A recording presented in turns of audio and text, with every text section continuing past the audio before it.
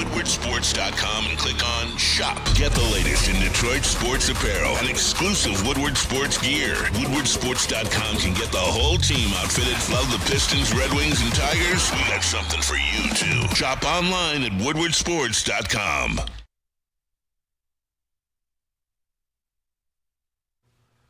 Good morning, everybody. Welcome in. Woodward Sports on a Friday. We made it again, guys. We made it to the weekend. Great sports time right now, huh? The best, except for the Lions not being in it. I mean, thanks, Maz. Yeah, thanks. Great start to the show. Hey, I'm just telling it like it is. That's the only thing missing. You got the college football playoffs. You got the NFL playoffs, wild card weekend starting tomorrow. And, of course, you have the Red Wings playing great hockey. We'll talk about Patrick Kane. Pistons. 500. Best in the East. They host the Clips tomorrow. Wings are in first place, too. I know. It's great, man. It's finally a great time to be a Detroit fan. I'm rocking the Tiger Old English D today. Yesterday was Arbitration Day. Arbitration Day. Arbitration Day. That means... Can we not start with this? That means you get to sign your own players, or you let them go in front of a panel of 3 people and fight for their money. Well, the Tigers, I think we could put this up, just for the hell of it. The Tigers avoided arbitration with a whole bunch of people. Riley Green got $5 million. Torque got just over $4 million. McKinstry, $4.2 million. Will Vest, just under $4 million. Casey Mize, just over $6 million. Carps, $3.2 million. They all avoid arbitration. And then they offered Tarek Skubal $19 million. They want $32 million. He's going to get a $400 to $500 million contract from somebody when this is all said and done. But as of now, it's going to go to arbitration unless the two sides could come up with something between $19 million and $32 million to get a deal done. If you go back 11 years ago, the Tigers gave David Price $19.5 million in arbitration. That's the most that they've ever given a player. And they offered Tarek Skubal less than that. Okay. They're playing poker. Let's see who flinches. He's going to get in the 20s, I think, this year. Close to 30. They want 32. They'll probably take 27. We'll see how that goes. So, there's your Tigers news for the day. Goddamn disrespectful, Maz. Disrespectful. But you know what, man? They're playing, man. They're negotiating. When you go buy a car, you negotiate, right? By the way, and you know what negotiating's going to get you, Maz? You know what it's going to get you? It's going to get you Stugats. Get you in Tarek Skubal and some pinstripes, and it's going to be puking my brains out every time I watch a damn baseball game, Maz. Listen. Now, Maz, I don't really know like baseball money like that. Can the Tigers somehow, some way, just add this as like incentive money? Like, hey, we'll pay you such and such if you strike out. No. Bro, you don't give incentive money to the back-to-back Cy Young winner. I'm just trying to figure out ways to keep this man here and happy. He's not going to be happy, and he's not going to probably be here unless the baseball world goes under a strike and they fix all of this salary stuff, salary cap, some sort of salary cap, which the players are fighting against, obviously. So we'll see how that goes. And the Yankees supposedly have reached out to Scott Boras and the Tigers, and supposedly they said it will cost half the team to get Tarek Skubal. So, guys, at least Scott Harris is saying, you want him? You got to give me something, a lot more than just something. But we'll talk baseball a little bit later. Thank God. I just wanted to get that out there and tell you why I was wearing my Tigers jersey today, my Tigers pullover. Welcome in, Sean Baligian in the morning. Sean, he's off this week, and he's in Traverse City calling some hockey, some junior hockey. Shout out. He's out with the boys. They get to stay in the same place that the Red Wings stay when they go to Traverse City. So he's living up good. He's living it good. So he's having a good weekend. I'm here with the boys.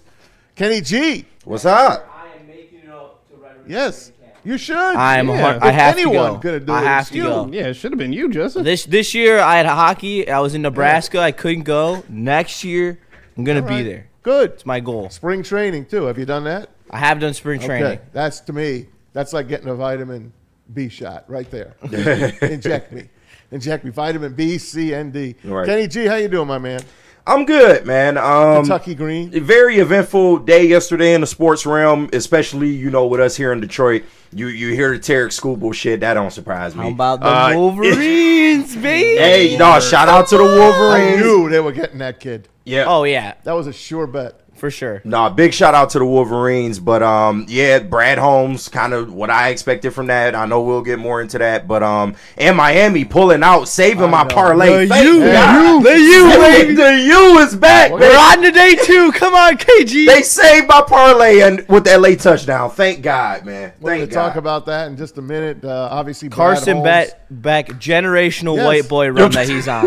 I swear, man. That's why he dates a porn star. Yeah. Transfers to Miami. Yeah. Dating a caviar twin. Yep. Immediately when you get there, cheat on her. Right. Break up with With her. the Bella Danger. Yep, with your childhood crush essentially. Right. And then bag her, and then go on to prove all the doubters wrong, and you're 1 win away from a national championship. I Insane. can't believe that this team is going on this run. But you know what? The ACC knew it, right? They picked them basically over Notre Dame. They pushed for them. Not only that, they're giving them the whole bag. They're getting, usually you get the $20 million, $30 million that you play in the playoffs, and you spread it out on your league. They're like, you're keeping the whole thing. They are keeping the whole bag. Yep, the ACC is letting them keep the whole bag. Isn't that something? That is something. That's why Notre Dame is so pissed. Yeah. That's why they're so pissed. Notre Dame gets to keep all that money too, so why can't Miami I do know. it? Complaining. They get a taste of their own medicine. I love that. JB, how you doing this morning? I'm doing great. I mean, I heard you had to work a triple yesterday. Is that well, true? I had to work a double yesterday. Well, you worked here. Oh yeah, well Then that makes sense. Might as well be a triple. Yeah, Working here. somebody called off, so obviously, they didn't want to leave the desk empty-handed. So, they reached out to whoever was there and available. Obviously, it was me. So That happens a lot over there at 7. I don't think I could turn it down, and I would have felt bad if Can I you would have come left. to Kenny G and bring him in there part-time? Yeah, KJ, you mind if I That's called strange. you last night to come in? Not the assignment desk. I'm an editor at heart, so if they got some video editing they need done, I got it all day. 7 hit me up. Hey. But yeah. Hey, Brad Holmes, big today. We're going to have Dave Burkett on about a half an hour from now, Ooh-wee. less than 30 minutes from now. Dave Burkett obviously covers the Lions for the Free Press. He was there. You heard his voice, asking questions. I was underwhelmed. I really was. I listened to the whole thing, and even when I watched on YouTube in my car and watched the whole damn thing, what was it, at least a half an hour, right? Yeah, about that. Went About a half 40 an hour. minutes. Yeah, and Close to I 40. knew the heavyweights were going to have a juggernaut of a show. Oh, yeah. Last night, and they did, and we're going to do that. We're going to talk a lot about Brad Holmes and the Lions today, a ton. But let's start it off with Carson Beck, the Playboy. Late touchdown, 18 seconds to go. He runs it in on second and goal, and Miami beats. Should have ran the ball there, but beats Bro, Ole what? Miss. If Miami runs the ball the whole game, they win by 20 points. But you I don't know don't that. understand You what don't know happened that. there. 31-27 the final. Ole Miss was game as they come. They lost the game when they had to kick that 21-yard field goal. You got to score there. You've got to score. field goals get you beat, Maz. Field goals get you beat. I mean, they still would have 31-27. lost even if they scored a touchdown there. Yeah. But you know what? I mean, I'm super technically not. impressed They were by in them. field goal range to end the game. They could have kicked the field goal to win the game. Tell me you're not super impressed with that team, everything they've gone through. Ole Miss? Oh, absolutely. And All those the Lane Kiffin uniforms. stuff only rallied them and made them closer. And those uniforms are just gold. I love those I can't lie. uniforms. I like the white ones better with the ya? little crust on them. You mean that helmet that they had They on wore in in the first playoff round, game? yeah. But they still had the blue unis on, didn't they? No, Oh, they were you're wearing right. white They on were white. They were all in white. Yeah, against Georgia. But it felt like I was rooting for the Houston Oilers watching them yesterday. But Trinidad Chambliss, let me tell you something, man. As small as he is, huge heart, great leader. He is steady as they come. I think that kid plays in the next level. I really do. I don't know if it's gonna be good or not though. I think he could. Just be real about it. Why? What don't you like about him? I don't know, man. But aside from just the size thing, he does things at times that you just question that you're not going to be able to get away with at an NFL level. But by no means am I saying he's a scrub. I just don't know if his game translates to the NFL. You see that belt to ass graphic that that Fox put out? Yeah, that's a good one. That's pretty funny. That's isn't it? funny. That is funny. You like Chambliss, don't you, Justin? I do like Chambliss. Originally, I didn't know if the size would translate, especially against a Georgia, just specifically at the college level. And when we're talking about making that jump to pro, I mean, he can make every throw. He has the arm strength. He seems to have very good decision-making. I do, just like KG, I question the size. And it's going to be tough. He's listed at 6 foot, and people who are listed at 6 foot usually are not 6 foot. That's a fact. They're usually 5'11" or 5'10". Yep. but And he looks like it when he's behind that offensive line. I'm yet to make a full decision on his NFL prospect. and Miami gets to play at home next Monday.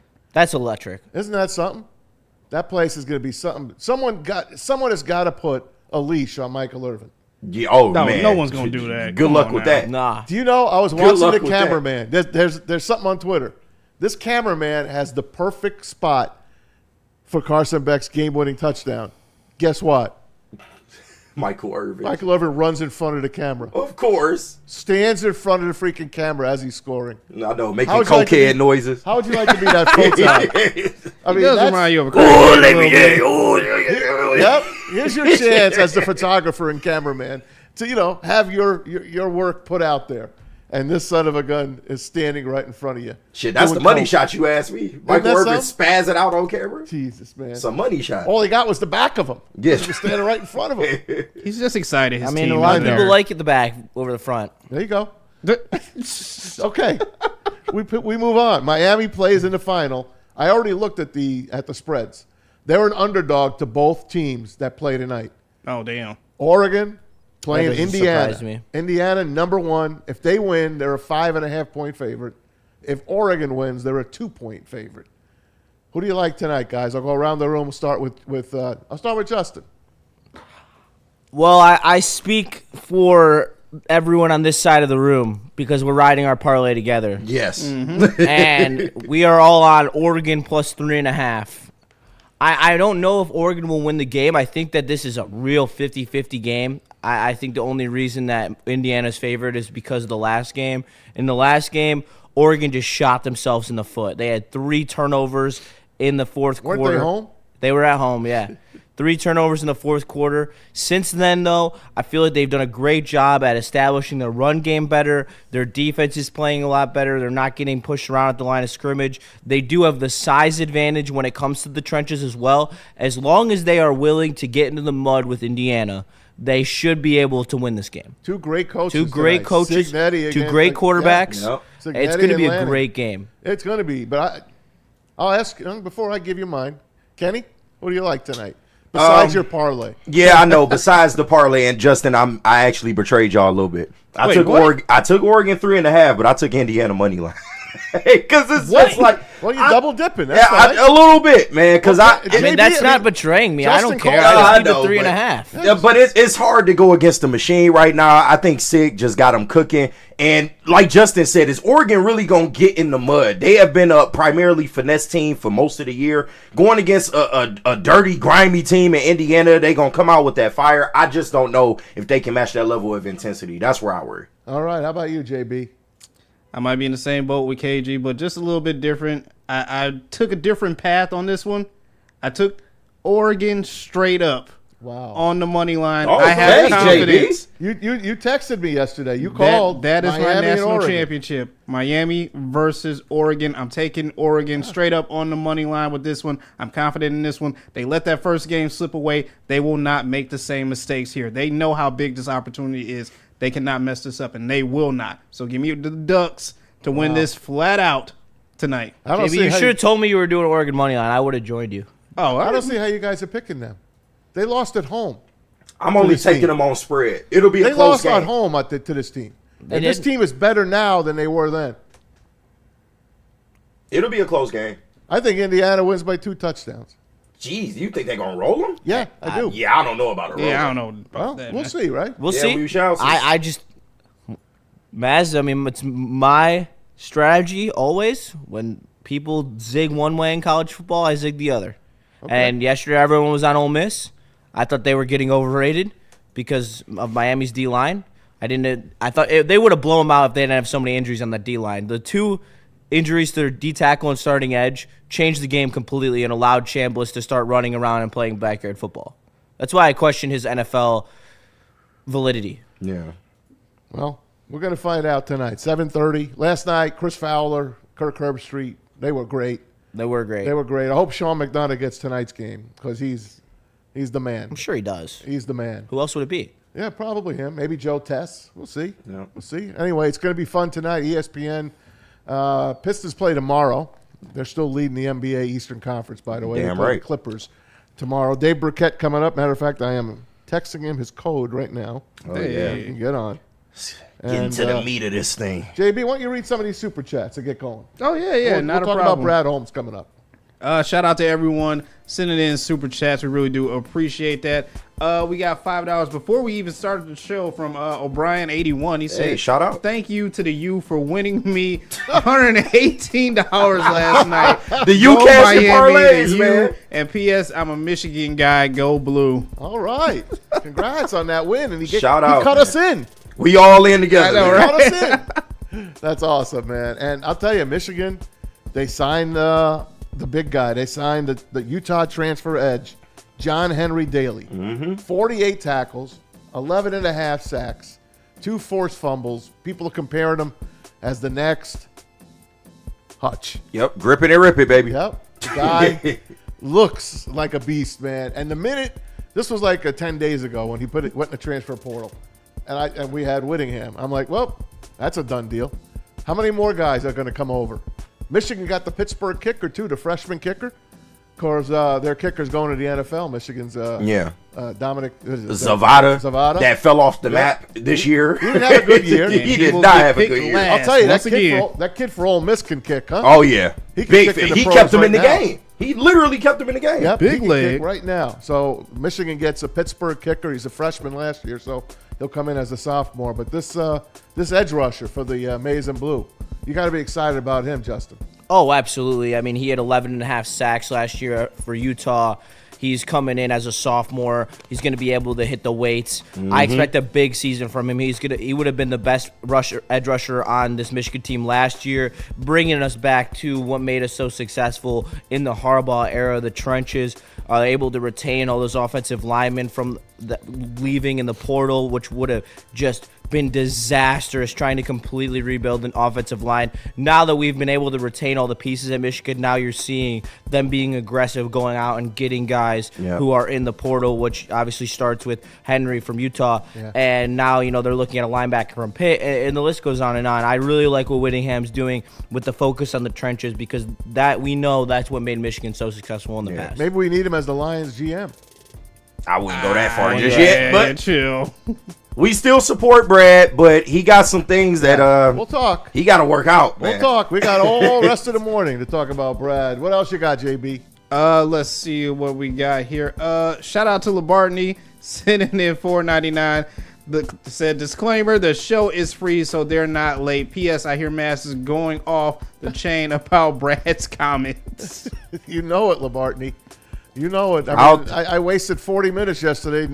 I shouldn't even have listened. Yeah, I knew what he was going to say. I don't think anybody went as hard as Spenny did. Spenny lost it, but rightfully so. Because like a robot. I'm getting tired of certain things in this town, and we'll talk about it. But, Hey, listen. Yeah. I don't want to say anything about your. Your question's valid, but But I'm not trying to dodge I'm your not question. trying to dodge your question. Yes, you about are. 5 different times. You're right. Yes, We'll talk you about. are. But I'm Dave gonna dodge Burkett. your question. Dave Burkett. Those were his questions. Yeah, there's just some of them. Yeah. Not What trying else, to dodge JB? your questions, but I'm not going to answer that right now. Anyway, shout out to Showtime Tate 313 sending in $4.99. He said, I'm mad at Brad for saying nothing is going to change. I'm mad at the reporters for asking stupid questions. What the fuck are we doing? I thought the reporters did a great job. Yeah, reporters they, did amazing. They asked the money questions. It's just you knew some of those questions you weren't gonna get an answer to. Brad just didn't say anything. So, Yeah, but that's part of the game. He wasn't gonna give you the whole sauce up there, but some things that he said do still kind of concern me. A little transparency would be nice. Just a tad more. Even like, what is giving away your secrets of what happened during last year's offseason and the trade deadline do? Like other than make us question you. Exactly. Like, you can't give us any concrete facts. So, and I was glad he said we were worked to get offensive linemen through free agency, the draft, and the trade deadline. I liked him saying that. That was very important for me to hear. However, I felt like there was a level of transparency he didn't hit. No, he didn't. Like I said, we have all the sound. We'll hear it. And Dave Burkett coming up in a couple of minutes. Yep. And one more before we head to break. Shout out to Silas sending in $5. He said, I am not confident in Brad after that presser. It will be better if he didn't even do it. I don't think Brad and Dan are on the same page anyway. Damn. Ooh, I don't know about that. Wow. That I don't know about. But I do think they're on the same page. I just think they have to be more aggressive. I do. I mean, drafting your guys. There's other guys out there that become your guys. Yeah, exactly. At least tell me, we're going to hit the free agency. But when he says, it's not going to make a lot of, we're not going to make a lot of noise. You know, that's just telling us that you're going to re-sign guys like Marcus Davenport or go after guys like that on the cheap. Please don't. We just go out and take care of it. You know what? Go out and get a proven center. And again, we'll hear from him in just a few minutes. But we got you folks here on Woodward Sports. What do you got there, JB? Where we going? Nothing. I just seen a message from Easy. I don't know if you're gonna like this. I did see it. I already put my throw up emoji on it. Amazon confirmed that Al Michaels will return in 2026. Shout out Thursday night football games. He's which a corpse. will be his 82nd season. Shout out. My boy Al Michaels, man. Fuck retirement. He's a corpse. Never lost. He is a corpse. He is a corpse, but I like that he just says whatever the fuck he wants now. But you know what? He's 2 plays behind. He's 2 plays. He doesn't tell you who's running. We have to figure it out ourselves. Where there's smoke for Kirk Herbstreit too? I don't like Kirk Herbstreit like that. I'm That just son of saying. a bitch is working like 7 days in a row at different venues. He's not a pro guy. I'm sorry. He's still good. I barely like him in college, but in the pros, he's just not a pro commentator to me. God help Get us. him, Al. Get him. Again, he gets the Bears-Packers game this week. What a sin. What a I am sin. Al Michaels here. It's going to be snowing. The guy's not going to be able to see. He's got bifocals on. He's fine. Where we going, JB? Let's hear from Mad Packs, KG. Let me tell the good people about Mad Packs. Get Al Mad Packs. Mad's gonna have to smoke getting this Al Michaels news, man. But I got just the place for him to go. Mad Packs, if you're looking to elevate your rotation, listen up, because not only do they have the high-low pre-rolls, not only do they have the Boom Shakalaka live resin infused tarantulas, but Mad Packs is working on something for the new year. The Mad Packs Extracts and Blizzard Packs. The perfect things to get you through a Michigan winter. And make sure you stay in tune with Woodward Sports for all of the latest Mad Pack marijuana updates.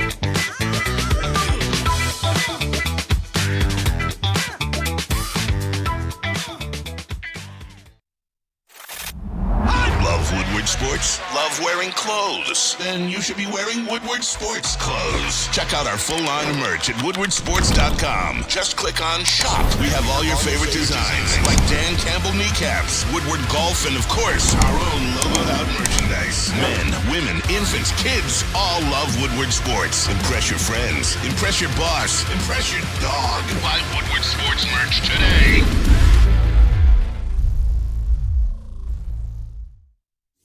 Big injuries, big news. news. Twice a week, Dr. Jeff Pierce from Michigan Sports and Spine joins Woodward Sports Network for the Injury Insider Report. Big D Energy Tuesdays at noon. Braylon Edwards and Shaq Thursdays at 3:30. Get expert analysis and in-depth breakdowns on the latest sports injuries from the man trusted by top athletes in the community, like D-Mac.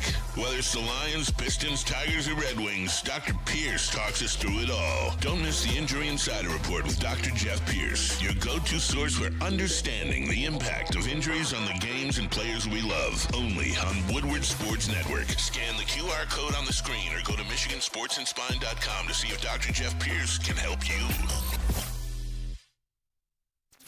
Detroit has the best sports fans in the world. That's why they deserve the best sports coverage in the world. We are the Woodward Sports Network. Why do we fight? We fight to protect the innocent, to hold the powerful accountable, to bring the oppressors to justice. Why do we fight?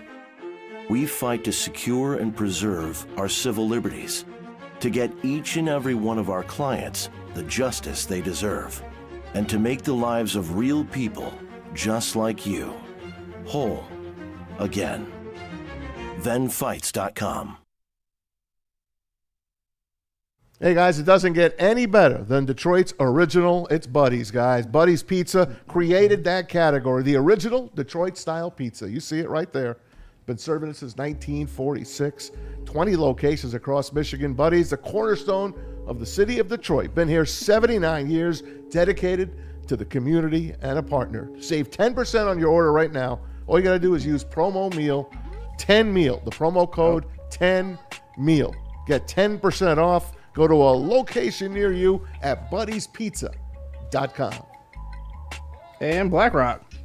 Let me tell you about Black Rock Bar and Grill for a dinner that sizzles.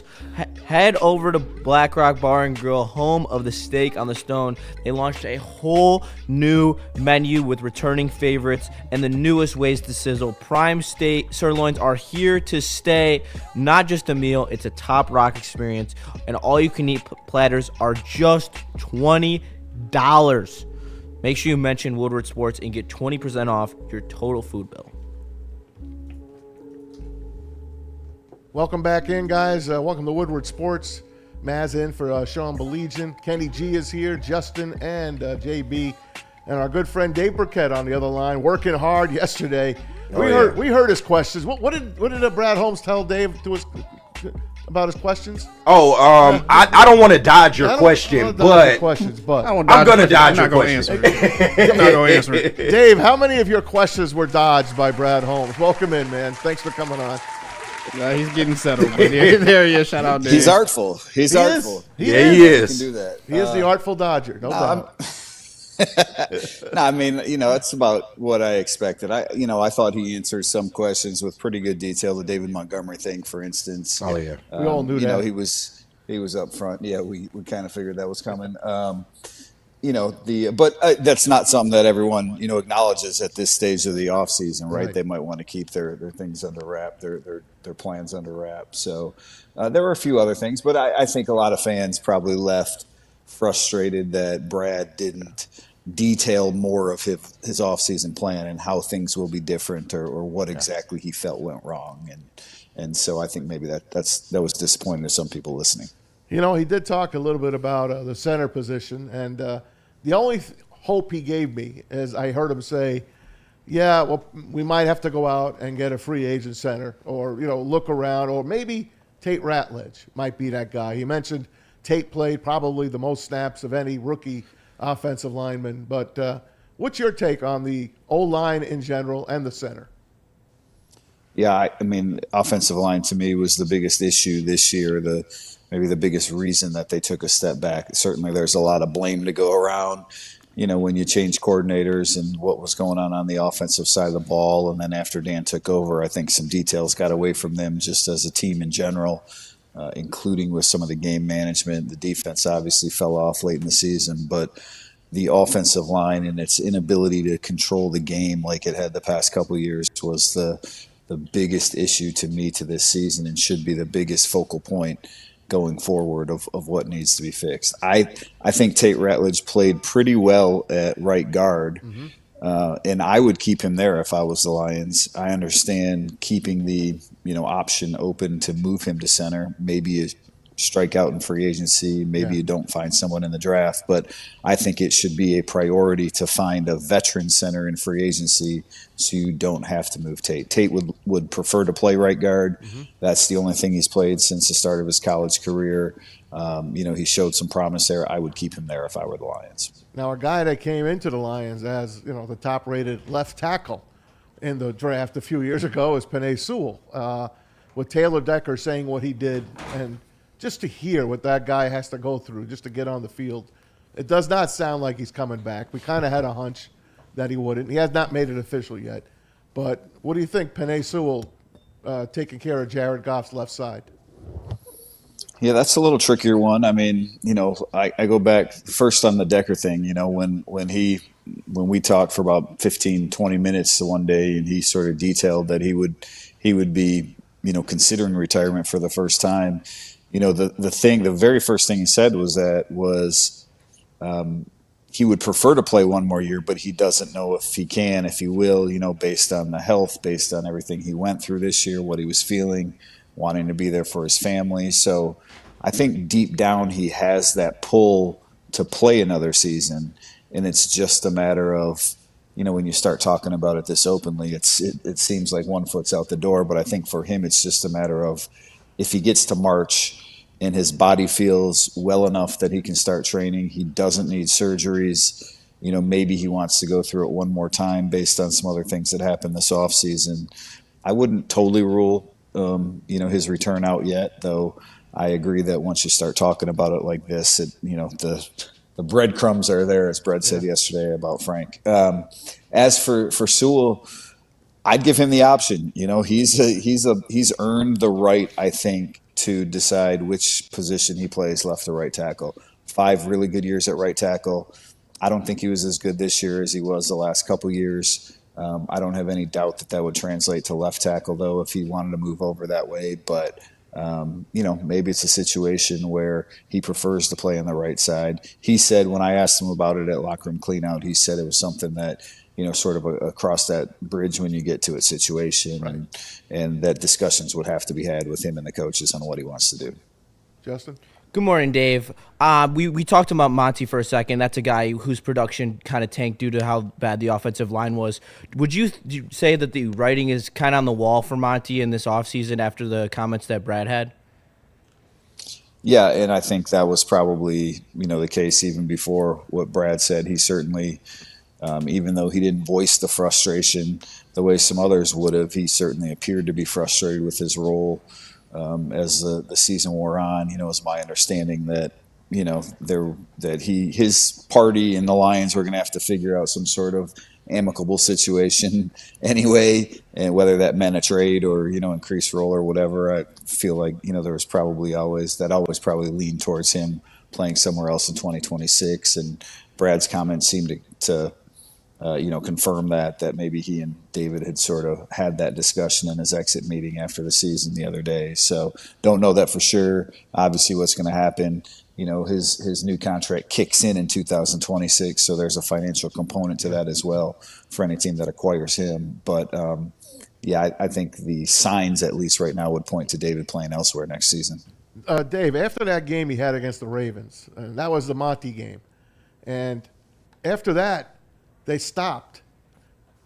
Is it all because of the center position, the whole offensive line? Because Sonic and Knuckles last year were the best show in town. What stopped that Dan Campbell? What made him stop putting David Montgomery back and forth the way they did with Ben Johnson? Well, I think it's more about Sonic than Knuckles. I mean, I think Jahmyr Gibbs is a top 3 running back in the NFL. And when you have that, why would you want anyone else on the field? And I know people said, he adds that power. David adds that power element, and he still is a good player. But if there's a yard to be gained out there, I want Jahmyr Gibbs in 99.9% of situations to be my running back. I think the Lions probably felt the same way, and that's no knock on David. That just is Jahmyr Gibbs is that good a player. And so rather than let David waste away, on the bench and not have a big role and pay him a lot of money and let him be unhappy, I think it's sort of what Brad said yesterday, that they owe it to David to make sure that, he can, fill the role that he deserves somewhere else. I'll tell you, 90% of the people that listen to our show on the chat, I'd say 90% blame Dan for not utilizing, and Sean, I think, is one of them. I think a lot of people say if you kept him going, if you kept using him the way you did last year, and I'm with you. I think I wouldn't take Barry Sanders off the field. So why would I take Jahmyr Gibbs off the field? Yeah. I'm with you, because in week 6, I said Monty's done. He's not coming back here. And everyone laughed at me. But here it is. But a lot of people are still blaming Dan Campbell for this. Look, Bijan Robinson, you think the people in Atlanta, when Tyler Algiers goes in, he's a good back, aren't like, why is Bijan Robinson not on the field? Christian McCaffrey, Saquon Barkley, Jonathan Taylor, Jahmyr Gibbs. I don't know how you want to split that group up. I'd put Jahmyr ahead of at least a couple of those. Yep. Those are the elite running backs in the NFL, and you want those guys touching the ball every time. Jahmyr is a big play threat. He's a threat to score every time he touches the ball. David Montgomery is not that.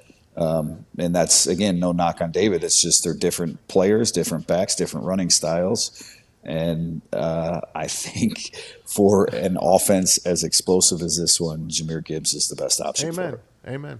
Yeah, good morning, Dave. Loving the pink Nike hoodie, by the way. Just had to give you a shout out there. And great job yesterday in the press conference. Christmas present for my daughter. So. I love it. Hey, shout out. Nice. Real men wear pink, Dave. Oh, yeah, all day. That's right. All day long. I wanted to ask you, because before the press conference, we got the news that the Lions reached out to Mike McDaniel, and I thought that was kind of a surprise because you don't really expect them to go out there and get the Cliff Kingsburys of the world, but I was pleasantly surprised knowing that they reached out to Mike McDaniel. He didn't really allude to too much else as far as offensive coordinator in the actual press conference, but just from your opinion, would you like a Mike McDaniel type move at the OC position, and if not, what type of person or type of coach do you think that they'll bring in here to be the next Lions OC? I think Mike McDaniel would be a home run hire as an offensive coordinator. I think, people maybe get it twisted a little bit because he was in Miami and Tua, and, they threw the ball and whatever.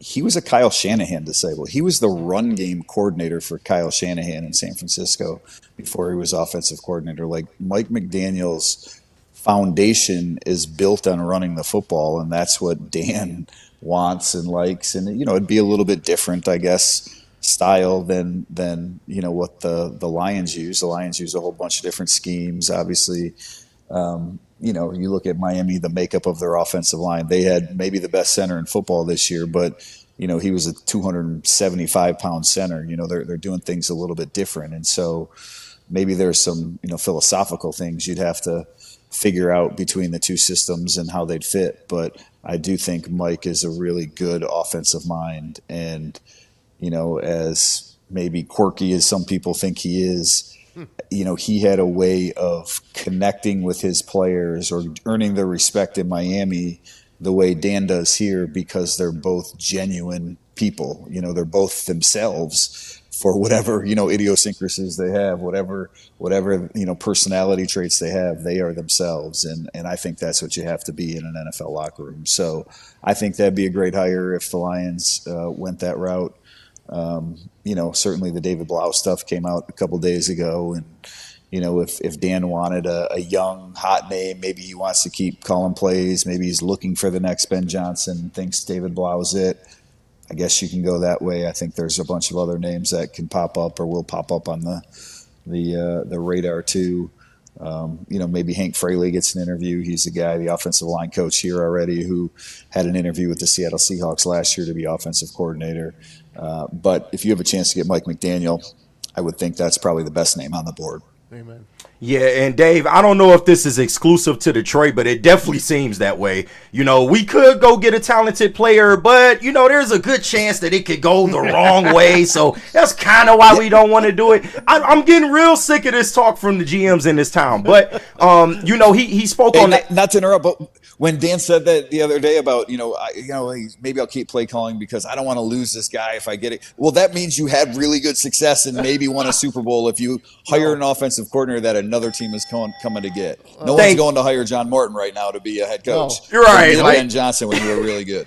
Thank you, Dave. You are echoing my sentiments, but he spoke a little bit to the edge rusher position, and I'm sure it's an answer that fans didn't want to hear. He said that he would take kind of the same approach that he took before. He did bring up Davenport's name, but not necessarily in the sense that he would keep him. I thought he didn't necessarily say they will keep Davenport, but what do you think just the philosophy needs to be in terms of getting that edge position opposite of Hutch, because that seems to be something Brad is damn near allergic to at this point? Yeah, well, if it was my philosophy and me running the team, I would have done everything possible to go get a Max Crosby or Myles Garrett or one of those guys when they were available and figured out the whole financial component of it later. I realize that's much easier said than done in the NFL, okay? So let's put that out there, right? Like the money and the picks and the other team being willing to trade that player, like I realize what we're talking about here, but point being, I would try to find the best pass rusher I could find to play opposite Aiden Hutchinson. I think that is going to build the best defensive line, and I don't think Marcus Davenport would be back. He might retire himself. Maybe El-Qadim Muhammad is, though he's gonna cost a lot more money than the Lions paid him this year, but. I think the option would be, rather than getting 2, 3, 4 defensive ends and hoping to get the production of one, you go out and get the best guy that you can find, whatever he's going to cost, and then you fill that in with a cost productive option behind him to make sure that you have some depth as well. AQM had sacks in 7 games this year, 7 out of 17. So his numbers are skewed. I want to see the Egyptian magician out there. Let's put Hassanin out there. That's what we're going to wind up getting. He'll fix it. That's what we're going to wind up getting. We're going to He's a long way away, though. I know. How far away is my man Giovanni Manu, by the way? Another third round. A longer way away. Yeah, right. Hey, at least one reach on third for the third round pick with Tesla. You're going to see he's going to be a very good receiver, but was he worthy still? When it comes all down to it, that was a reach, man. It was.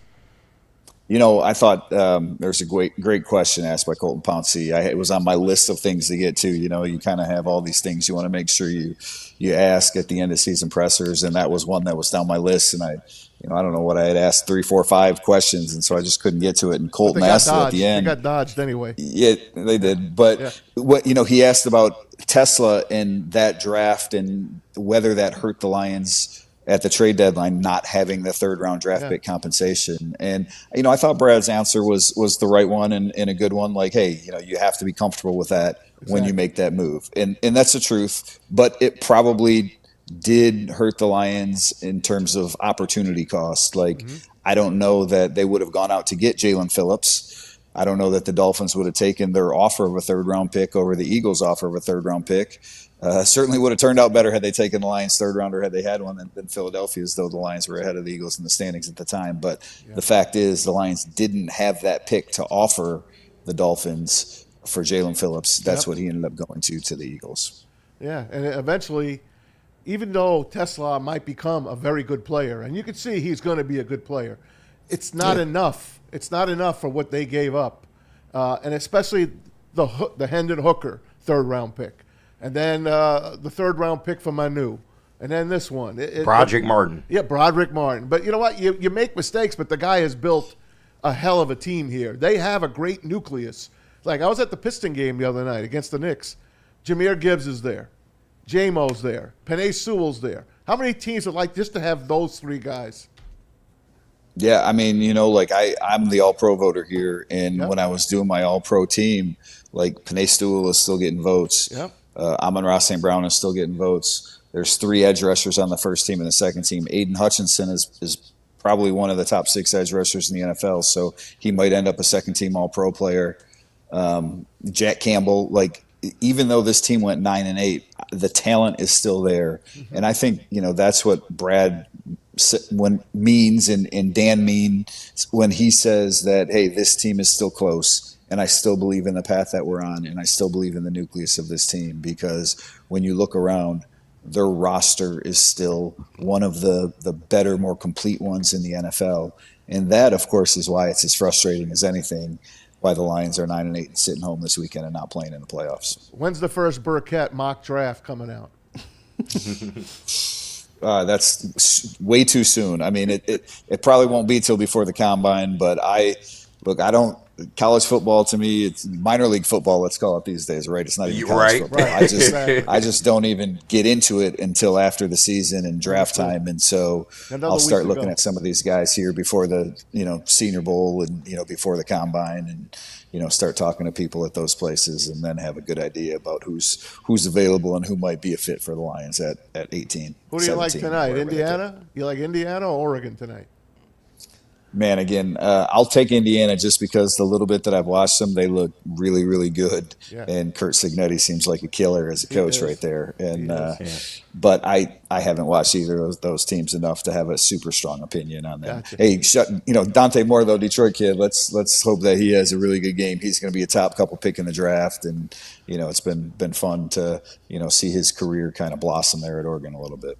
Hey, if the Jets are on the clock, the kid might declare to go back to college. So we'll see. I mean, you got a choice. The Raiders, where you want to go? What part of hell do you want to go to, the Raiders or the Jets?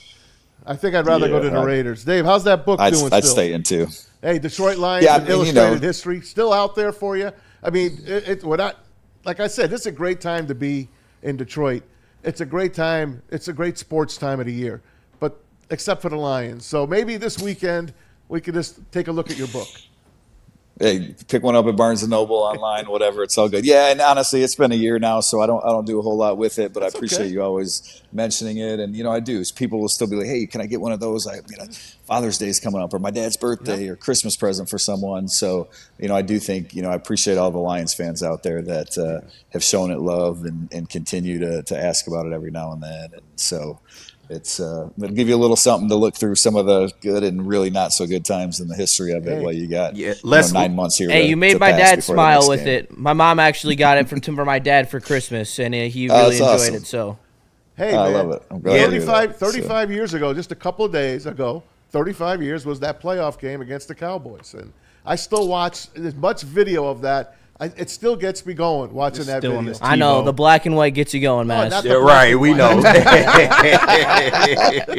Dave, thanks so much, brother. Thank you, no Dave. No problem. We'll see you guys. Keep doing everything, man, and tell Brad to stop being the Artful Dodger. All right. Yeah, good luck with that one. Yeah, that's not going to happen. Hey, I like Brad. I know. I like him overall. He we does like a good him. job, and, we like him. He's a good person, and, we can provide some details in some situations like that. I think fans would appreciate it. He'd be a great blackjack dealer. That's all I got to tell you. Take care, Dave. All right, guys. See you. All right, Dave Burkett, Free Press, the best in the biz, writing for the Lions, and we got a lot to tackle. We still haven't heard from Brad Holmes. We're going to play it for you, guys. I tried to get a lot of your questions in. I hope I answered the questions for the Monty people that said Monty to me, and all you guys in the room abused me. Yeah. Week 6, I said it was over. Was it as early as week 6? Week 6. Wow. It was over. I remember you saying it was over. OVA. But I mean, shit, you was right. I didn't realize how much the relationship had maybe disintegrated. It isn't disintegrated. I don't want to say that. But they are leaning towards more of a one-back type of system. You do kind of wonder, can Gibbs handle that kind of workload? But he is the best running back on the team, so it makes sense. But I think it's kind of it'll suck to lose somebody like Amon-Ra. It will. I love the guy. Yeah, love him. He went to Harbor Lanes the other night. A couple of friends of mine ran into him. He's there with his family bowling. If it was up to me, I just let him play out the last year. It's only $5 million anyway. But only, huh? Yeah, but you getting money from other places. Yeah, he's not. They're gonna release him because they're not gonna be able to trade him. they're going to wind up just releasing. Yeah, him they're gonna cut and him. not do it. So where you want to go here? They JB? can definitely trade You him got some super chats. You think they could trade him? for sure. For low draft capital. For nothing, but at least you'll get his full contract off the books. Yeah. We'll see how it goes. JB, any supers? And you have to do it before his new yeah. contract hits, right. because then you have dead cap. Exactly. Yeah, we got one super chat. Once again, shout out to everyone sending them in. $5 from Michael Weary. He said, hire Mike, but bring Blau in to be either run coordinator or pass coordinator. That's why when Mike gets another job, Blau will be ready to go.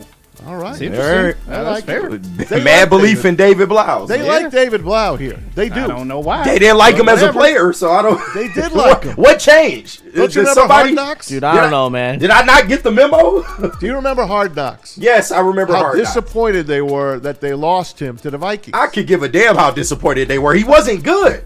I don't give a damn how He's not here for his. He wasn't here for his quarterbacking skills. Let's just bring Tim Boyle back to be on the staff too. Oh, like, God, while no. we at it. No. They might. Stop it. TB12 and Boyle. Let's go. Stop Oh my it. God.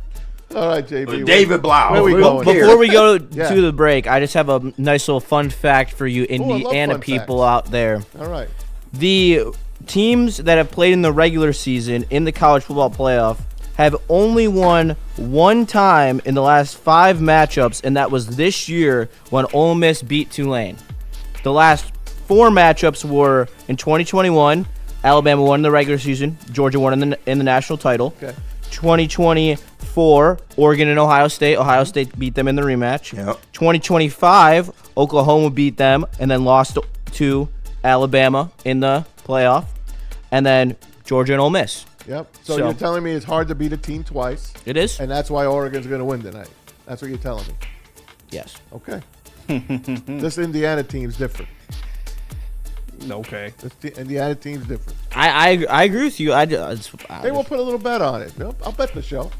Okay. You All guys right. tonight. I'll lay you the points. We'll see. what are we, little lunch? Oh yeah. All right, I'll bet you some You lunch. playing pickleball with us tonight? No, I'm not. Oh. Nah, I'll be man. packing to go to school. All right. Yep. We got the pickleball tournament tonight. We'll We tell do. you about that in a little I'm gonna bit. embarrass myself for the Masters. It's gonna be great. Are you gonna wear Mine left shorts? as well. What are you dressing like a tennis player? I didn't know. I'm not dressing like a gonna tennis wear player. shorts? I'll have a Wearing comfortable shorts. attire on How to about play you, pickleball. Yeah, KG, I I'm need not short wearing shorts shorts. Oh, hell. Bald showing. Come on. I don't want to say that. scare anybody. Jesus I'm Christ. just Wear saying. those I- ABA No, shorts. that's what Matt is saying. I don't want the one-eyed monster to scare people. Pickleball players are wearing shorts. That's all I'm asking you. Yeah, okay, though. That's an evasive question, you know. Whatever. KG, Don't the worry about booty whether I'm shorts. wearing Come shorts. on, KG. I'll be in a comfortable attire. You two, you and JB and KG are representing the morning show tonight. They're a team. So The you guys Booth got, Boys? You guys got to Yep. dress the same. What are you guys gonna wear? We don't You have to don't dress have the to same. dress the same. We do not have to do that, man. Yes, we're a team. This is not the ABA, man. I'm the We don't have coach. to dress the same, all right? Hey, listen to your coach, damn I'm it. the coach. I will be there. I'm So the you're coach. demanding we wear the same We clothes. are all 3 of us gonna wear the same You want me thing. to go get my Flint Tropics? Booty Right. shorts all the way around. Come on, boys. It's like the ABA because We'll discuss on the break, all right? But we are gonna look good tonight. We might not play good. look good to lose to everybody else. Maz expects you to show up full suit and tie, Right. Oh my walk-in music, change in the locker room, tennis booty shorts, and polos. He wants the full 1980s Right. Wimbledon And outfit. PF this, flyers Coach you want us to Carter? put on? Yep. Like, fucking, If you can't play good, you gotta look good. I Okay? understand that. All right. I'm going to look hard. All right. For Where we me. going, JB? I gotta tell them about Mr. Vapor. Mr. Vapor. Shout out our new sponsor. Mr. Vapor is a next generation cannabis vape brand energized for control, consistency, and clean delivery. Their product line utilizes cutting edge technology and streamlined design to make the demand of experienced cannabis consumers. Introducing the all-new premium 3-gram disposable THC vape available in Berry Zittles, Blueberry Gelato, Bomb Sickle OG, a Lemon Haze, a Lush Ice, Phantom Punch, Rainbow Runts, Strawberry, and you can't forget about the Vanilla Kush as well too. Available in a dispensary near you. You can also find the store locator map online at MrVaporStore.com and follow them on Instagram at Mr. Vapor Store as well. Go and get some today. I'm going to wear some Timbs.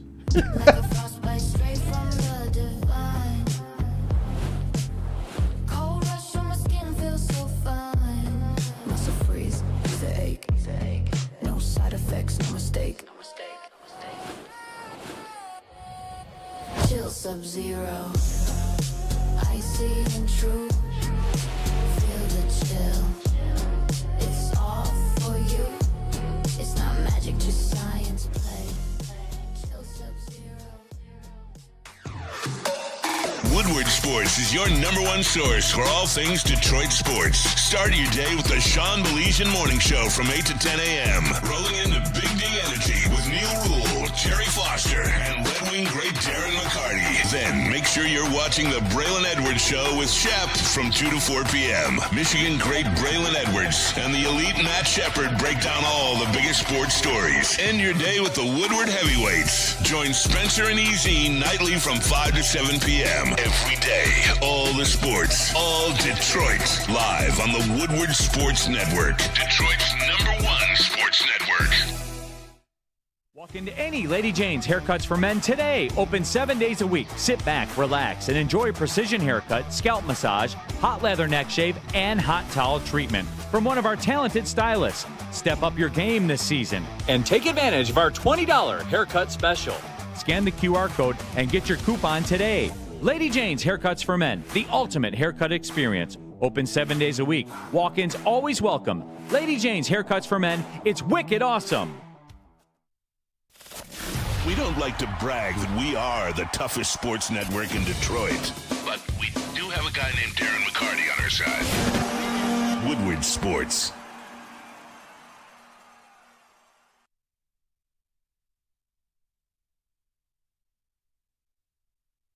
All right, guys, listen up. It's the last chance to register for Woodward Sports Pickleball Open tonight, January 9th through the 11th. That's today through the weekend. 3 days of nonstop pickleball.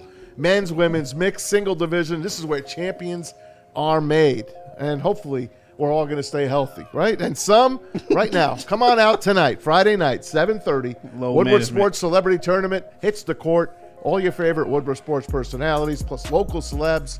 And, of course, it's all broadcast live, the heavies. Sign up now at pickleballtournaments.com or call Wicked Pickle at 734-331-3451. Wicked Pickle, we'll see you tonight, and maybe you guys can see our team all dressed up perfectly together. Oh, my God. Don't lie to the people, man. We're winning it. I'm wearing wherever the hell I want, though. Fine, whatever. Let's hear from Art and Jakes. And if you want a place that's, actually good, unlike the Lions, there's no better place than Art and Jake's Sports Bar and Grill. They have 6 locations in Michigan with wall-to-wall coverage, over 80 TVs, 22 draft beers on tap, and a menu stacked with fan favorites like wings, wraps, and the signature Fairway Burger. Don't miss their weekly specials like Rib Night Mondays or fajitas and margaritas on Wednesday. Download the Art and Jake's app, join AJ's fan club, and make game day a win. Welcome back, Woodward Sports. Shawnee B in the morning. He's in Traverse City. We call some hockey games this weekend. I got the boys with me, KG, Justin, and JB. I want to get this one super chat in from Lord Smitty the Great. Shout out. $5. Shout out. Listen up for all you OC fans out there. Kellen Moore was our quarterback, had similar resume as Blau, success in college, did not translate in the NFL, and he's a head coach now, and he was a decent OC. So Kellen Moore, he was an OC for 2 teams. Yeah. This is the David Blau experience. This is the David Blau experience. Maybe. We don't know. So I'm just saying. He's Kellen never Moore, called plays. We don't know. He's been coaching the Saints this year, and they like playing for him. I think they made some good draft picks. I think the Saints will be back. I think they'll compete this year for that NFC South, to be honest with you. Yeah, but that's your Kellen Moore versus David Blau argument. But once again, it was never an endowment on David Blau. He could be a great offensive mind. I just think the philosophy for the position that the Lions are in right now, I don't know if you want to trot out another first-year guy hoping that you can replicate that success or go out and get a Ben Johnson type of guy. That's what I don't want. So, I mean... Hey, listen, if it's not on David Blau. If it's all even, I'll take Mike McDaniels. I'll take Brian Daboll. Those kind of guys. Yeah, guys that experience. Daboll. If I will take the experienced guy over a guy that we don't know if he could do it yet. I'd rather take Blau over Daboll. I don't like Daboll either. Really? I know. Daboll is known for having mobile, big quarterbacks and running a power running scheme. Yeah, I get it could be tweaked. But the biggest part of his offense that makes it work has always been the running quarterback. And with Goff, I just question his success level without having a mobile quarterback. I get it. And I think he going to bump heads with some of the staff. Like, you hear some of that going around the Giants. Like, he wasn't getting along with certain people in the building and stuff like that. He might not be a Lions type guy. I don't think they want to bring that type of problem into the locker room. It's going to be up to this guy and Dan Campbell. Brad Holmes, yesterday had his season-ending, we've talked about it already with Dave Burkett from the Free Press. But this was his opening statement, which I thought was his best statement of the entire 40 minutes. Here's the boss, Brad Holmes. Bottom line is, for our standards, this was a disappointment. All right. When we set out for this journey, for this season, it wasn't to match last year's record or exceed last year's record. It doesn't really matter what the record is. Bottom line is, if we're not in the dance and we're not competing for a championship, it's a failure. So it's a lot of things that we're going to have to take a long, hard look at. But before I look at anything, I'm looking at myself. All right, so I have to do a better job. Obviously, haven't been good enough. And look, I'm always gonna look inward. So early stages, but already started to identify some things that I can definitely do better. And we're going to collectively just have to look at everything from top to bottom and just really be honest and just take that long, hard look. And really, that's probably the only light that may come out of this darkness, I would say, is when you have these kind of results, you don't have a choice. You're forced to look at everything long and hard and truthful and honestly, all in efforts to improve our football team and just kind of recalibrate this thing to just to play more consistent football. There you go, guys. That was the hammer. That was as best as you were going to get. Because after this, I think it went downhill. It did. Yeah. I think he was evasive on a lot of things. Sure, he answered some questions. And sure, he's not going to drop his pants and tell you everything. He's not. He's a general manager. He's playing poker. He's not going to tell us, hey, I'm going to go out and sign A, B, and C. Yeah. He's beefed out with the media, too. I realized that more as the press conference went on. He really got a gripe with the media. He does. Like when they asked him, like, are you – they called him at the trade deadline, and he was kind of offended by that. Yeah, like – why are you asking me now, he said. Why didn't you ask me in October? Because we couldn't. Why didn't you ask me in September? You don't think I'm working the phones? Yeah. No, we don't. No. That's why we're asking you. No, I don't think you were. No. And I get how that could be, like, a little offensive to you if you're doing the job, but it's just got to be better ways in terms of handling the media. It's part of your job, right? Yeah. You got to answer the questions. Someone asked him how far the Lions were away from actually winning it all. Season change, you're just a big picture view of how close or far you think you are from it. You know, I don't think that we're that far off. I personally don't. We have a lot of good players. We have a lot of good young ascending players. We have a really good quarterback. We have the right coach. I do think that we're very close. And hey, look, maybe that is some of the things that, maybe that's one of the items that needs to be looked back on, is thinking that you are so close. And so then now you start changing some things because you only need this piece. You only need that piece. And you got to feel, and it's like, no, like, who's the best player to fit for what we're trying to do that has gotten us to have the expectations that we have as a football team right now? So, again, we'll be looking at everything, but I do not think that this is a deep surgery overhaul. I don't think that. But obviously there needs to be some adjustments made for sure. All right, Kenny, I'm coming to you first. All right. How far away are the Detroit Lions from getting back into the Super Bowl conversation?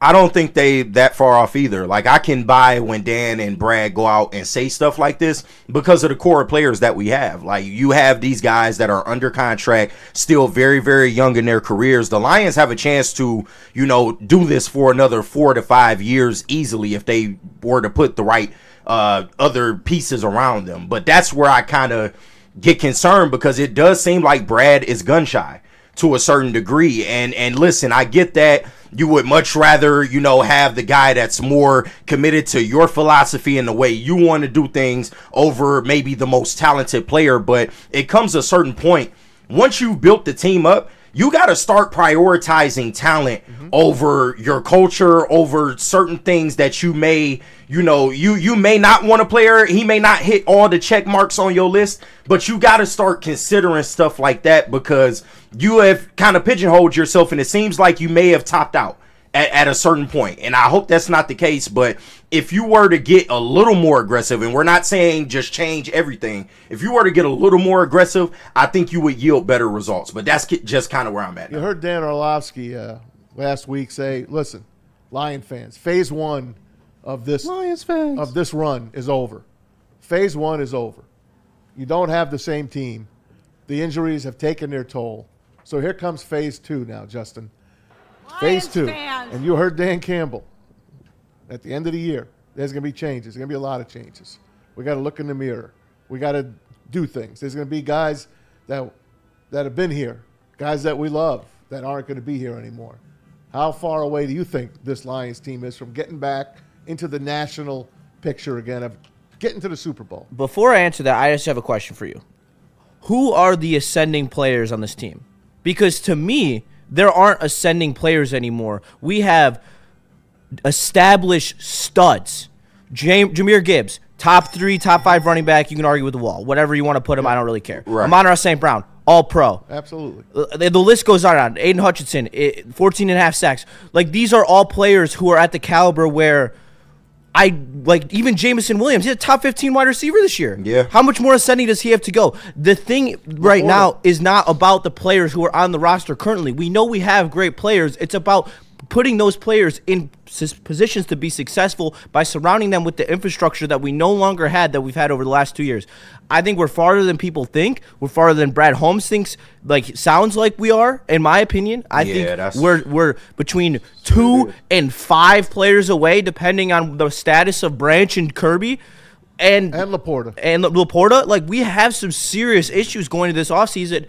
And, yeah, it might not be a complete overhaul of the roster, but it's enough where it feels like he's minimalizing the amount of talent that needs to be infused in this roster, because you're not just trying to get to where you were, because where you were was an NFC Championship game. You have to get to above that. There's 2 more levels that you have to get to be a championship level team. You have to get to the Super Bowl, and then you have to win the Super Bowl. Those are 2 more steps that you have to take on top of the 3 steps you already took back. Yeah. You really have to nail this offseason, or you're going to put yourself in an awful position. Good call, man. Good call. JB, how far are the Lions away from being, let's say, being back to getting to the championship game, getting back into the talk that this team can win the Super Bowl?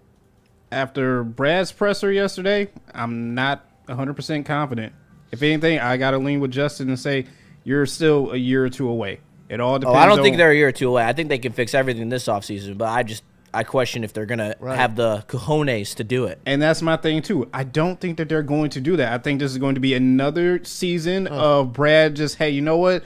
Let's see if our guys, or see if my guys that we bring in that we fell in love with, can do it for us one more time. We'll bring in a new OC, see if he can fix some things. No big free agency pickups, anything like that. And once again, it's the exact same result over and over again that we're going to sit here and experience for the next 2 years until eventually you get out of this rut and this hold of just, hey, you know what? My guys do it better than any of these other vets out here. That's not going to happen. And there's a whole bunch of questions that you still don't know about the secondary. What's going on with Kirby? What's going on with Branch? Where's Enos Rankstraw? What is happening with this secondary? I don't know. Yeah. And once again, it's going to be another 2 years. So be prepared, Lions fans, to lock in, because next season might not be it either. Wow. That's a fact. Here's a super chat from Ryan's reaction on this topic. He says, I don't care about having a good core. I don't care about success for 4 to 5 years. I won a Super Bowl 3 seasons ago. Don't want to be the 2015 to 2025 Pittsburgh Steelers. I hear you. Good call, Ryan. Hey, we all wanted that. Yeah. We all wanted to sell out and get that one player. Yeah. You heard Dave Burkett. He's us. Dave Burkett is us. Fan. Go get Max Crosby. Go get whoever. Trey Hendrickson. Go get those guys, and it's not going to happen. Yeah. Worry about the money later, but it's not going to happen. And to me, it's like you can't completely shit on Brad Holmes because there is a level of looking into the future that you need to do. Like, you need to be prepared for when certain players come off the books, when certain situations change. Like, you do have to have a level of awareness for that, and I do commend him for that. But I'm sick of, and it's not just him, it's Scott Harris. Literally all of Scott Harris's press conferences are a majority of, well, okay, yeah, we could go get the most talented player, but, there's a really good chance that it couldn't work. Yeah, duh.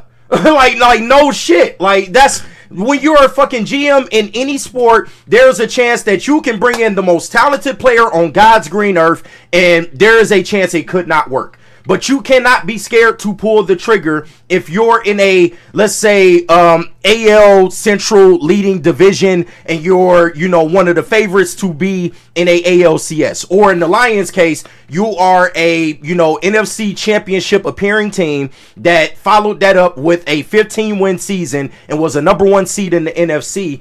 Then what are we, like, what are you, like, you can't be afraid to make these kind of moves. And that's what irritates me with a lot of GMs in this town. It's not just Brad Holmes, but that's where you get frustrated. You cannot be afraid to make mistakes. Scared money don't make no money. There you go.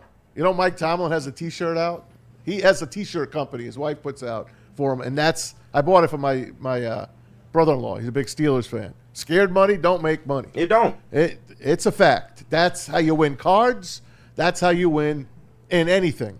You put yourself out there. If you're afraid to go after the thing you want, even in the real world, if you want that job and you think, I can't get that, if you don't go for it, you're never going to know. Exactly. You're going to sit home and you're going to do what you do every day. And you're guess complain what, Brad? about the job you're at. Brad, you're a good GM. If you were to sign somebody super talented that didn't really work out in your system, we tried. You're a good enough GM to where I feel like you can figure it out. And at some points, when you're, like I said, chasing a Super Bowl, not building a team, when you're chasing a Super Bowl, certain risks have to be taken, and you have to live just like you were willing to live with the 3rd round picks. Yes. You set it up there. Sometimes you got to be willing to live and die on your decisions. You did it with the 3rd round picks. Why not do it with established NFL talent? And let's go chase this shit for real. Let's stop playing. He doesn't have that win now mentality. It's a develop now. Yeah. That's his whole thing. Yep. Develop for the future. Right. Win now is not in his elm or category. But what, like Justin said, what happens when you're developed? you're developed in a lot of ways. Once you're developed, he expects something to happen. And then that's where the injuries come in. We've got the best safeties in football, and both of them are on the shelf. You did your job. You developed those guys. Those guys showed you they were worthy of those picks. And Kirby showed you paid me, and then like 2 weeks later, you heard him. He started breaking down little by little by little. And someone asked him, did you not think of maybe looking at his knees before you paid him? And he's like, well, off season, they didn't catch it. Yeah, he said they had the information. Right, but he said they didn't catch it. Yeah. Once again, injuries are the type of thing that you just cannot control, and I don't necessarily blame him for that. I still would have paid Kirby just based on what he was doing as a player in this league. He's gotten better each and every year, stat line wise. You can look it up. But what I do blame him for is, okay, you lose the best safety tandem in the league. You got guys like Thomas Harper and Avonte Maddox and people out there. By the way, yeah, no, and sure enough, but you got guys like that in starting roles and starting positions for this team going forward. How about you make life a little bit easier on them by not ignoring, and I know he said he didn't ignore it, but just putting a little more emphasis on things like that other edge rusher position. Make life easier for your secondary when players get hurt because you can get to the quarterback and they ain't got to cover as long. Like, there's just certain things, certain areas to where he needs to do some soul searching and just make some self-adjustment. No doubt, man.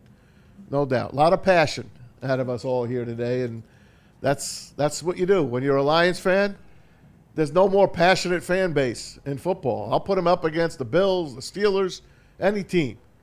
We are starving. We're starving. One of 4 teams to never make the Super Bowl. And 2 teams that are on that list, one has won 8 in a row, one has won 9 in a row, in the Jags and Texans. and they have a chance to make their first Super Bowl this year. So we're a little jealous of where they are. Before we go to a break, I'll play you David Montgomery's obit from Brad Holmes. Ooh. Perspective, do you expect David Montgomery to be here next year? Yeah, look, obviously I know that there was a tough year for him in terms of the lack of touches, and I'm not going to say that we went into it planning for it to be that way. I thought he handled it like a pro, and so look, those are discussions that we're going to have a lot more in depth in terms of like what is the best plan for him going forward. Is it somewhere else or whatever the case be, but just really appreciate everything that he has done for us. If it does end up going that way, I hope it doesn't, because we love David Montgomery. He's a good football player, and wish we would have been able to get more utilization from him. I know Dan feels the same way, but those are conversations that we're going to have because got a lot of respect for that player. He deserves to be in a situation where his skill set can be utilized, and so we'll love it for it to be here, but if it can't be here, then you would have to just see which you can work out the best for him. He will be a New York Jet. So will Alex Anzalone. Yeah, that is damning. That's where they're going. What he said up there, that's damning. Now, some people say God forbid if he goes back to the Bears, but they got their two-headed monster. Yeah, I don't think he'll there, go back and there. Monangai and of course Swift. So this hurts, man. Demo was great. Knuckles was great, and he is a very good back. He's just not Jahmyr Gibbs. No, and that's the story. Yep. It was good. Before we go to a break, JB, I know we got some super chatters up there. I think we might have missed a few up. We can grab them now. Yeah, we definitely missed a few. But once again, shout out to everyone sending in super Shout chat. out. $5 from Silas. He said, "Is Ben luring Monty to be their third back? Is it Ben? Has he been whispering in Monty's ear the whole time? If he mad about being a second back, he damn sure ain't about to be a third back. He wants to be a lead back. Yeah, like no what? better place than the New York Jets, even the Saints." We got another $2 from Michael Weary. He sends in. He says, "Those that can't play usually can coach." Yep, that's what always happens, right? The catchers that are just the 220 hitters, the catchers, but they catch a great game. Those are the ones that become pretty damn good managers. And I would say the same thing for backup quarterbacks and stuff like that. You learn on the sidelines. That's why David Blau's name is a hot name, and you can compare it to Kellen Moore and others throughout the years. But we're holding out hope still for Mike McDaniels. And speaking of David Blau, shout out to I Ain't Say That, sending in $5. He said, "David Blau was awful. Watching him throw a football was an insult. Jim Plunkett rolling over in his grave right now." That's an old timer right there. Right. Bringing up Plunkett. I love Plunkett. Just because they were bad players don't mean that they can't coach. Like that's a misnomer. You can't do that. Plunkett threw the best ducks that they were ever out there, but he won 2 Super Bowls with the Raiders as a failed first pick in the draft. It happens. It happens. He resurfaced with the Raiders. God, I wish those Raiders would be back. It's an embarrassment what they are now. We got $2 from Poor Darrow. Was it $39.99? Brad and Scott Harris trying, fellas. Yes. Scott Harris is 10 times worse. Every answer he gives you is, "Oh well, we could do this, but we're not gonna do this." At least Brad will pony up. Right. At least Brad gave you something. It wasn't a lot. He gave you a little something. 19 million for Tony Paul put something out good yesterday from the news out on Twitter. He said the same team that gave Alex Cobb $15 million to never throw a pitch offered $19 million to a 2-time Cy Young winner. Insane. Disgrace. Insane. They're playing poker, guys. They're playing Ain't poker. no fucking playing poker. They crapping out. But what happens? Ain't playing no fucking poker. We're taking away their chances of signing him. Exactly. It's kind of insulting. It's getting ugly now. Yeah, it's kind of getting insulting now. And that's what Scott Boras brings that out on teams. You know that. Yeah. Scott Harris makes the home team. He makes them the villain. He does. But he's trying to get his guy the money. He's trying to get himself the money. This on the Tigers. Scooble's worth every penny. Mm-hmm. So. Yep. Have fun in pinstripes, Tarek. Nice knowing you. I don't think he'll go to the Yankees. I don't know. He gonna go somewhere in the AL. Yankees, Dodgers, Reds. I mean, it's gonna be an AL team. Watch. Can you imagine, man? As the Dodgers and Red Sox will be the World Series this year. And that'll be it for me. I'll literally at 5 o'clock in the afternoon, I'll walk across Woodward with my eyes closed. If that happens, if that happens, you could blindfold me and just send me on my way across Woodward. 8 lanes of traffic. Just let me walk right through it. You silly. That's exactly what I'll do. Shout out our guy Freddie Phelps sitting in 199. Shout out Freddie. I'm officially an impatient Lions fan. Come on, Brad. Come on, Freddie. Freddie, one of the best sports fans out there. But the man travels from Indiana, goes everywhere. Give that guy a winner. Give us Lion fans a winner, guys. Please, man. Come on, man. We've waited enough. This year is 69 years since they last won a championship. 69 years. We got $10 from our guy Jared Sayers. Shout out. He said Tigers cancel contract with FanDuel Sports Network, thinking Wings and Pistons will follow. Maybe we finally establish our own local network. Would love it and maybe get connections with minor league affiliates. Hey, Jared. Don't bet on it, though. Here's the thing with that FanDuel thing. All 8 teams that had FanDuel as their representative for their TV contract, they all opted out. They're all going to try to renegotiate the contract. I hope they do, only because if they give us a local network, how much are they going to charge us? Oh, ridiculous. At least we know what we're paying FanDuel. Man, what? It's part of my cable package. The Illich Sports Network? Yeah. Holy shit. I mean, $59.99. You're going to be paying $80 to watch the same Tiger team for 4 years ago. Illich and Gores together. Crazy. That's dangerous. So we'll see what happens, Jared. And shout out, Anchors Up, baby, out for Grand Valley. And one more before we head to break and hear from Sun Cruiser's Ryan Reaction is putting his foot down. He said, if Monty ain't back 2026, I'm out on this regime. You're out then, right? Yeah, get ready. Change your tune, man. We want you. We need you. We need you, but he's not going to be here, man. Brad saying that at the podium is pretty much a nail in the coffin. Dan Campbell saying it a few weeks ago. Yeah, but he didn't say it as dramatic as Brad said it, though. No, he basically said, David's handling this like a pro. Right. What does that tell you? Yeah, true, but when you say maybe that's somewhere else, that implies something totally different. Yeah. Like he gone. Maybe he'll be better somewhere else. Like, yeah, come on. He gone. He gone. He gone. He gone. He gone. Where we going now, my man? Let's hear from Sun Cruisers, man. All right, let me grab that. Excuse me. Sorry about that. Got caught with my pants down, just like Sean with his pants down. Shout out, Sean. Hey, Sundays in Detroit got another boost. They got smoother. With Sun Cruise, vodka, iced tea, and Woodward Sports Network. Real vodka, real iced tea, no bubbles. Just a clean, crisp sip that will not fill you up on game day. Only 100 calories, 4.5% alcohol. Perfect for tailgates, couch gates, whatever you're watching, Detroit football, or just wild card weekend now. So this season, let the good times cruise with Sun Cruiser and Woodward Sports. Please drink responsibly. How do people feel about getting a Planet Fitness membership for $15 a month? How do they like working out in a clean and spacious gym that's filled with equipment for every workout? And how about free fitness training in the judgment-free zone that leaves them feeling energized all day long? Join Planet Fitness today with the free PF app, online or in club, and start getting that big fitness energy for $15 a month. Game is won in the trenches, and our big fellas don't mess around. The Woodward Heavyweights on Woodward Sports.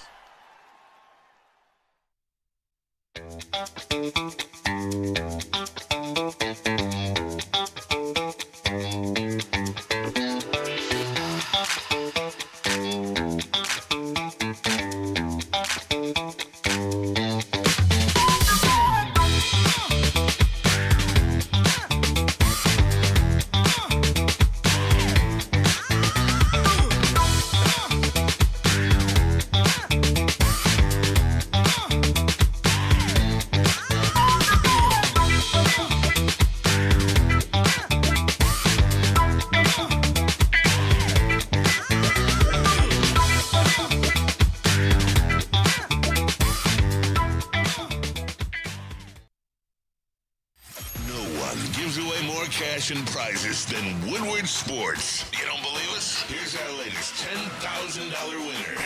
You know, you guys posted, hey, if you guess all this stuff right, we'll give it's $10,000. I'm like, okay, well, Why the hell not? And the winning doesn't stop there. How about our Outkick Your Coverage winner? I think you will. We got Tully, everybody. David Tully. This guy's got a hot girl. Bigger prizes, bigger giveaways, cash, merch, tickets, and more. All from the biggest sports network in Detroit. No one does it bigger and better than Woodward Sports. Make sure you're following, liking, subscribing on Instagram, Facebook, X, and YouTube for your chances to share in the winning. From Detroit's #1 sports network, Woodward Sports.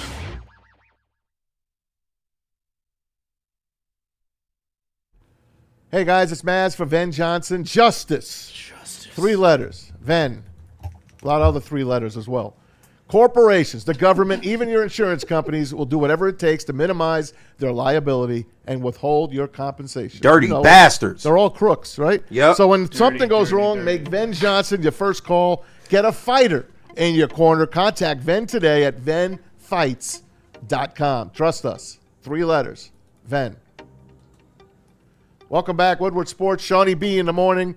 We gave him the weekend off. He's calling some hockey in Traverse City. Gets to stay where the Red Wings hang out in their spring training. That's pretty cool, man. I'm happy for him. He's getting to do what he loves on his favorite sport. Got another super chat just came in from Greg Thomas. Last time the Lions won, 1957. 8-4 season record. Not all that great. Sorry to bring that up. I already beat you to that, Greg. It's 69 years, my friend, since they won their last championship. It's the Bobby Lane curse all over. We thought Jeff Daniels, who was with and Jeff Peyton Daniels? Manning. And Peyton Manning. We thought they broke that curse. I still think they did. We haven't been in the No. We haven't been in the gutter me. since then. Listen to me. I know Sean doesn't do it, but can you guys look up? No. Just look No, up. I'm not doing that. No. I'm not looking for the BBC. Look Not doing I'm not looking for the BBC. A big black cloud. I'm not doing it. BBC. Oh, yeah, you like BBC. That's all it stands for, right? Yeah, oh, well, that ain't all it stands for. Okay. I don't like BBCs, man, except my own. You don't like that black cloud above your head, huh? Not at all. All right. Kirby Joseph, playing through injury. As soon as they signed him, he went down, and he went down hard. Here's Brad on Kirby. Yeah, I Kirby really wanted to be out there. Kirby, he earned that extension, and I knew how excited he was to. I feel like he's already shown the world what type of player he is, but now that he got the extension, I feel like he really wanted to show the world why he got that extension.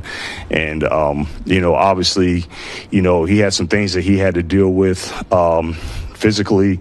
And what became hard was you're trying to urgently get healthy enough to play during the season. And that's really the reason why we waited so long to put him on IR, because he was making strides and progress at different points of the season where, maybe another week or maybe another 2 weeks. And so when he had that last recent setback late. But so bottom line, I'm just glad that Kirby's in a spot now where he's not trying to urgently get healthy. He's going to have the necessary time to get the rehab and treatment that he needs to get as healthy as he can. You guys missed something in the physical process with that, like after he signed the extension that might have, or before he signed it, I guess, that might have, I don't know, made it so that you didn't sign that extension. Oh no, it just, look, it's one of those things that it just popped up on us. And, if we, it just happened. It just happened, and it sucks, when it happens like that. But it does. So all we can do is just adjust, and see how healthy he can get. I know he is, and just move forward. But I wouldn't call it a miss, as if like we knew that and then we did that. Should you have known it before he signed it? Should you have found it before, when he did his physical, before he signed the contract? I mean, in a perfect world, yeah, that would have been that would have been nice. But in terms of passing exit physicals and all that kind of stuff, we felt that we had the information, and we signed to extension, and this happened. And look, I mean, early in training camp, when he was going out there, he looked like he was Kirby, and then it just started kind of going down from there. But he did everything he could. He was still a productive player in the games that he was out there from a ball production standpoint, which not even putting a number on the percentage that he was from a health standpoint. But the main goal is just, is get him healthy. Hey, listen, man. No grudge against Kirby, but he knew he was hurt. He knew. But you don't tell when you're going to sign a deal like that. And the Lions gave him the end-of-season checkup, and he passed. But they weren't really looking for anything. So you heard him. He comes to training camp, looks good, and then he starts going down. And every week gets worse. And we saw Kirby on Instagram this year a couple times, putting out the prayer hands, putting out, I'm in God's hands now. He's probably, guys, he's not getting better. It's not the type of knee injury that you can rehab. You can't go to Dr. Pierce and let him make your knee 100% unless they rebuild your knee. I don't know if it's bone on bone. I have no idea about the injury. I just know it looks like a lifelong issue for him. And for a guy that plays like him, I just don't see him participating a lot this year. Kenny, you feel different? Yeah, I don't think he's going to be, a big part of the team, at least for, the first half of the season at least. And it just sucks, man, because he is one of the best safeties in the NFL, and he's proven to be that. Great teammate. He's the ball hawk that this Lions defense sorely needs. And without him, it's going to be tough, man. They got to have some type of strategy in place to try to make up that production. I don't know if you can replace it outright, but you at least got to have something serviceable to kind of make up that loss, because it's going to be tough. Justin, you have any words on Kirby? Do you think he plays this year? I'd say, how about 75% of the time? I really don't know, man. I'm not going to act like an expert up here, but everything that we keep hearing from Brad Holmes and Dan Campbell, it really does not sound good. It's arthritis. It's an arthritic knee. Yeah. And when I go to the doctor and my neck, I can't turn, they look, MRI, hey, you're arthritic. You're an old guy. You're arthritic. This is a young man, but playing in a car crash game. And that knee is arthritic. And it's not something that heals. Obviously, Frank Ragnow, sure. You're going to feel better if you're not playing football. But the minute you go back to playing football, you can't do what you used to do. So I worry. The only positive for the organization is that Kirby's contract's front-loaded with very easy get out of it with not a lot of dead Wouldn't cap. that be sad? That's sad. It is it sad, would be man, sad. and I hate talking about it, but at the end of the day, the franchise did what the franchise needed to do. And if Kirby is unable to give you a full, even a 75% go like you're asking this season, he will be cut next year. Yeah. That's sad. For a low penalty. Yep. It makes me sick to my stomach. It does, because I love Kirby Joseph. That kid's got it. You Yeah, know what I he mean? does. He's been great. He's got that dog, man. He just makes plays. that's it. Every single time he's asked to make plays, he makes plays. It is a shame. Look what he did to Stafford. Look what he did to Rodgers. Yep. He got in their heads, man. Yeah. Stafford called him a dirty player. Stafford's never said that about any player. That guy owned him. He fucking son Tucker Kraft. He owned him. That shit. And the Packers, what he did to them, yeah, you're right. So we wish the best. We hope for the best. And then Brian Branch. Freaking sucks. Achilles. Yeah. It sucks. Soft tissue injuries, Achilles. You can't fix those. Those are freak accidents. That's why I say, guys, look up. There's a dark cloud over us. No, it's not. They gotta act better organizationally. Ain't no Bro, black I'm clouds. talking about the injuries. Yeah, I get that. That's not their fault. No, it's not. But I'm not. I hate just saying it's a black cloud over the organization. I'm not buying into the superstition. You just have to operate better as a Kenny, franchise. it's not a superstition. It's 69 years of ineptitude. Maz, trust me, I believe you. Minus about out of 69 years, I'll take 10 years away. I believe you, and I've been on board for damn near 30 of those years, so I get it. Trust me, I get it. But if you act better from an organizational standpoint, I feel like we can overcome this black cloud. All right. Let's talk about the next black cloud. What happened to our offensive line this year? It all started when Frank Ragnow decided to retire after the freaking draft. So I'll be honest. Y'all got your confirmation. I'm a little pissed. I am. I'm a little pissed. And who? At Frank. I'm pissed. You can't be pissed at Yes, Frank I am. ass. He can feel however he wants to feel, KJ. What's the difference? In March, you felt better than you did in May? Yeah. April's the draft. March, you go to your guys and say, I don't think I could go, guys. I don't think I could go. And then the draft is handled differently. I mean, he don't owe that to nobody. Yes, you do. If you feel good in March and you feel worse later, then, I mean, it's just one of them things. You can be upset, but I'm not. That's fine. Not mad at the man. If you can't go, you can't go. We're going to play these back-to-back, Justin. All right. Brad on the offensive line, and then Brad on the center position. All right, here's Brad on the offensive line. You got it. The offensive line in general as a whole, it hasn't been ignored in terms of like I know we've, drafted in 21 and then 22 we didn't, but 23 we went late, 20, but you'd be surprised about the moves that we tried to do that we could not get done that involved offensive linemen, whether that be draft or free agency. But no, it hadn't been ignored. We tried to do the best we can. I was excited about the youth injection that we did go with. I think it was necessary, but I believe I mentioned after we acquired those players that, there's going to have to be some patience. There's going to be some things that those young guys hadn't seen before. I do think that those young players will get better. But just the offensive line as a whole, whether it's the interiors or the tackle, that's something that's going to continuously we're going to have to be urgent in terms of adding to.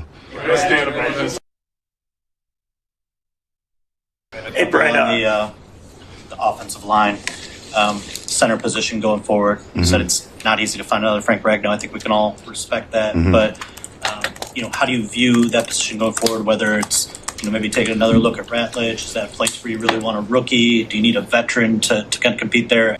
Yeah, look, I think all those are fair questions. Look, a lot of I'm not trying to dodge your questions, but we don't have all the answers right now.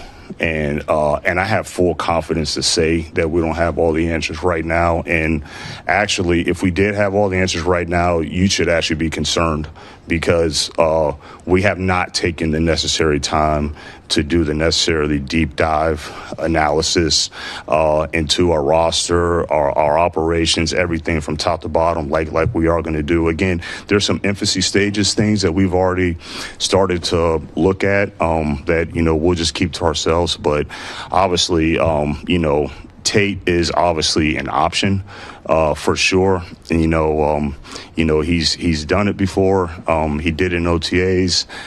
Didn't think that he was a fish out of water. So, and then all the reps that he's logged this year, just all the rookie snaps, he may have played the most snaps out of any rookie offensive lineman this year. So whether he continues at guard or center, but we know that he's an option. But, yeah, we're definitely going to have to continue to look for one, whether it be free agency or the draft or trade.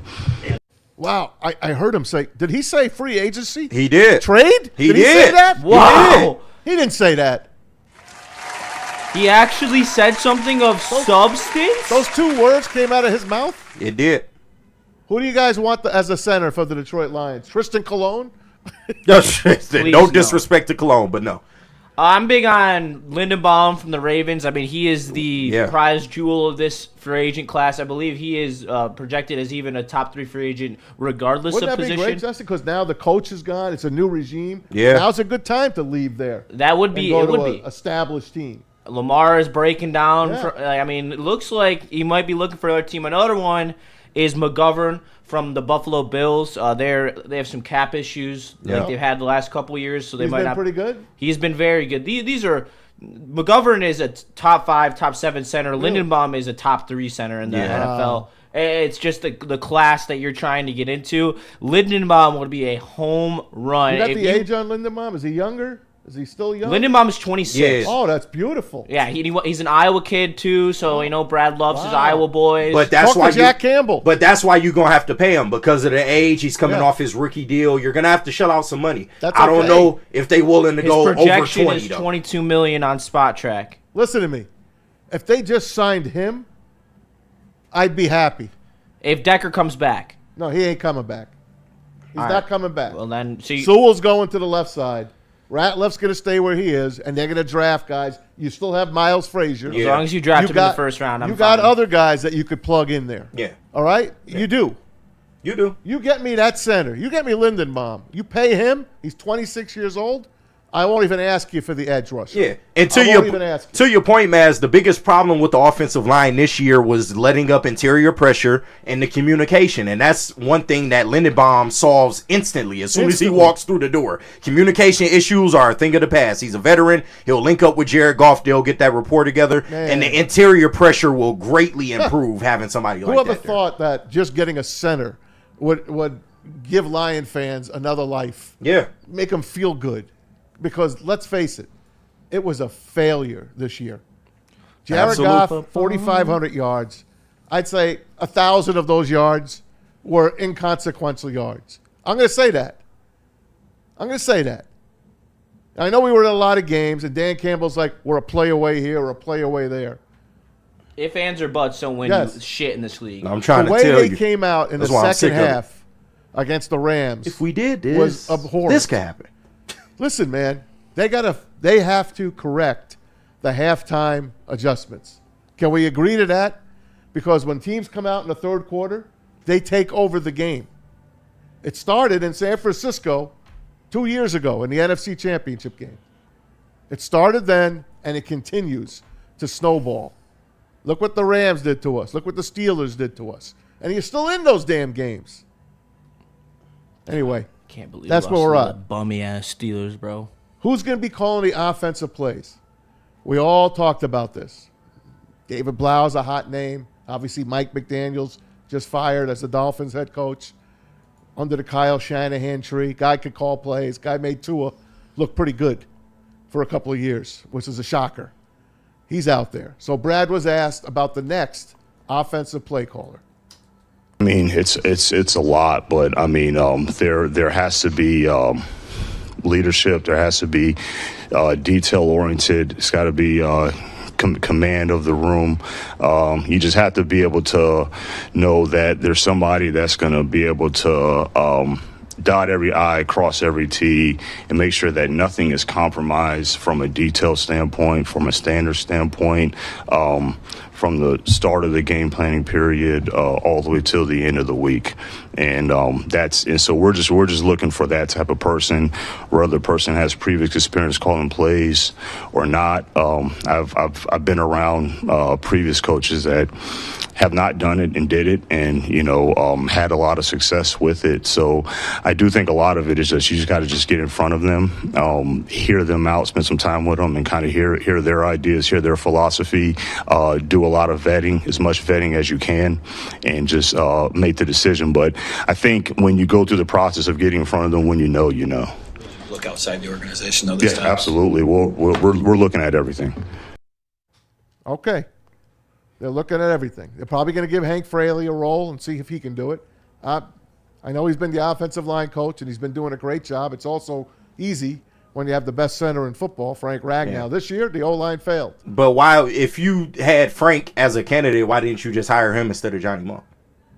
What do you mean? This year. If Frank was a candidate on your list and he got offered an OC position from a different team that he turned down last year. You mean Hank? Hank Fraley. If he was an option, then why didn't you just skip Johnny Moe and hire Hank Fraley? Right. So he's not going to get it, is what I'm saying. Yeah. He probably will be gone. I think Hank Fraley will be going somewhere. I can see it. I do. You're going to have coaching changes again. Just like last year. You had all the position coaches, 8 of them, leave the building with the coordinators. So. And I don't know if you're going to leave. I hope not. I don't know. I'll be here as long as Woodward to have me. Kelvin Shepard, I like him. I do. Do you want Kelvin Shepard to return? Justin, you're first. I don't think he's the biggest problem on your team. I still have faith in him. A lot like how Aaron Glenn was struggling at first as well, and I don't know though. I'm pretty gun shy on this opinion because I'm pretty good either way. If we bring in someone, I want it to be a more veteran guy. If we keep rolling with Shep, I'm also all good with it. And Kenny? I'm much in the same boat. The Steve Wilds and Scrubbles of the world, buckle up because you ain't gonna like this. But I'm like Justin. I've said it all along that if they decide to go in a more established direction, I'm not gonna like argue about it. But I do think Shep has shown enough over the course of the year to suggest that the injuries just caught up to him, and it was gonna be tough to try to scheme your way out of that. There are some changes to this defense early on that I felt like worked in terms of what we had from AG to him. And I once again, I felt like he's shown enough. We were singing his praises for every week before the bye week. We were singing his fucking praises. So you lost the safeties. Yeah. And like I said, injuries happen. That's a thing you can't control. Yeah, but not those injuries. Sure, your front seven was healthy, and yes, the run game could have been better. I totally agree with that part. But I don't think they're going to move off Shep. I think they'll just try to provide him with better talent. I would hold him. I would hold him again. Yeah. I would. If you're going to change, you don't change both sides of the ball. Although the Eagles did that twice. Yeah. And they wound up winning the Super Bowl. Yeah. On the second time they did it. So we'll see where it goes. Before I read these super chats, one last cut. Brad was asked about the contracts possibly for Jahmyr Gibbs and the injured Sam Laporta. A couple more guys eligible for extensions. You got Sam Laporta and Gibbs coming up. How big is that a priority to get those guys taken care of as well? It is a priority because they're really good players. And we, when me and Dan first started, we said we're going to take the path of draft, develop, and sign our own. And I do think that has worked so far in terms of getting us to this point. Those guys are priorities because they're really good players. They're really good players. They're great in the locker room. They represent everything that we're about. But so I would say that those are all priorities. We'll just we don't have a decision on timeline yet. But yeah, definitely both priorities. Yeah, they're not going to pay Laporta. They're not. He has a back injury. Yes, I know. Okay, guys, I heard you all week this week in the chat. I thought Laporta wasn't going to come back strong after we heard from Laporta at his locker. He's got a back injury. You heard him say it. I've got to develop the strength to take all the hits that I'm going to be receiving all year. And Justin, I brought up a hockey term.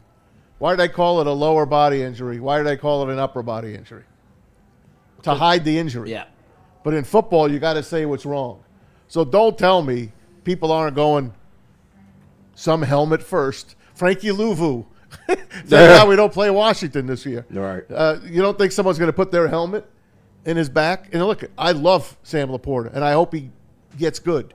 But the minute I heard it was his back, it made me worry. Let me get these super chats in before we finish up. Yeah. We got Dante 151, $5. Says the Tigers are slowly turning me into a Blue Jays fan with all this crap about Scooble. Damn it to hell. Can't blame you, man.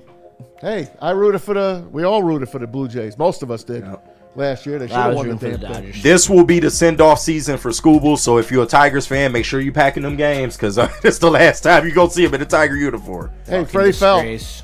$2 from Freddie. The SEC had 5 teams, half the field, and no natty for the SEC. Are there any? Yeah, there ain't that many SEC teams left. So. It's over. No, there's none. Oh yeah, none now. Yeah, this was the last one. 2 Big Tens and a what do you call it? ACC team. Yeah. Ryan's reaction: they extended injured Kirby. They kept Anzalone past his prime.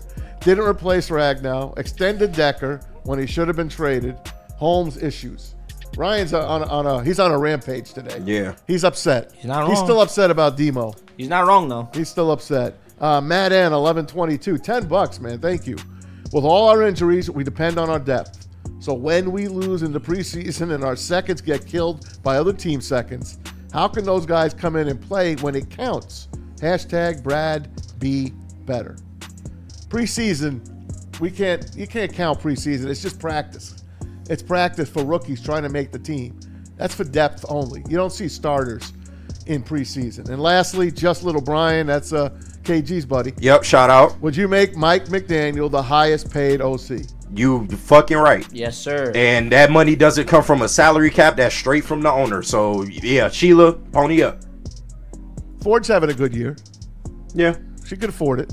She absolutely can afford it. She could afford it. Even if they was having a bad year, she could afford it. Hey, before we wrap up the day, thanks again for everybody in the chat. Yeah. We've had a great audience all Love day y'all. long. Let's go around the room. It's Indiana and Oregon tonight. I know who you're picking, but how you see the game playing out, Kenny? I have a very close and competitive game. I have Oregon covering the spread, but I have Indiana on money line. Can't stop the machine, man. It looked like they destined this year. And my college football lover himself, Justin Satawa. What do you got, bro? I think it's going to be a tight game through and through. I like a high-scoring affair, but not too high-scoring. I think it's going to be 27-24. Yeah, don't switch up now. Oregon, say it. No, I think Oregon's going to cover. I don't know if they'll win. Okay. Hey, they I hope shut so. out. For my ticket, I hope so. That defense shut out Texas Tech. That was impressive as hell. Texas Tech sucks. And they put 20-some-odd points Specifically up their against them. offense. Texas Tech has a good defense. Their defense is awesome. Yeah, but and Oregon put up 20 on their it. offense is awful. I'm not a Dante Moore guy. I'm not. He sat in this seat 2 years ago. Braylon, Ryan, and I had him in. Love the kid. Good kid. Transferred a couple times.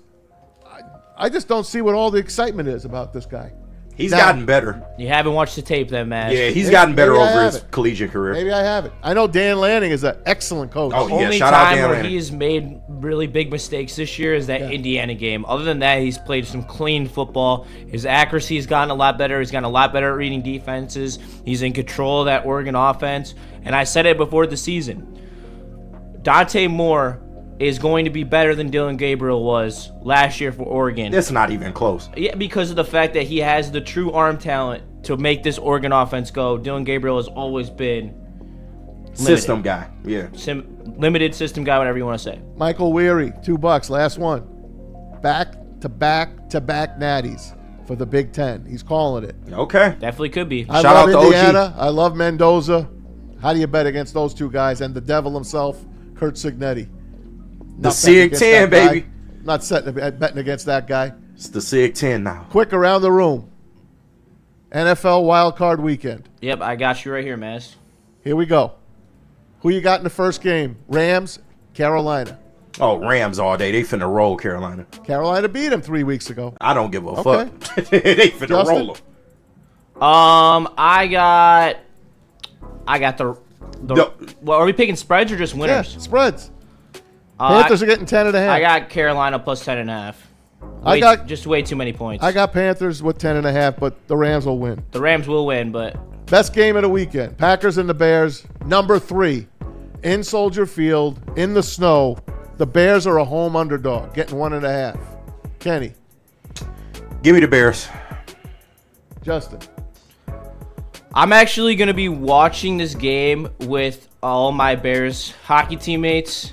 So I'm going to say the Packers just for the hope.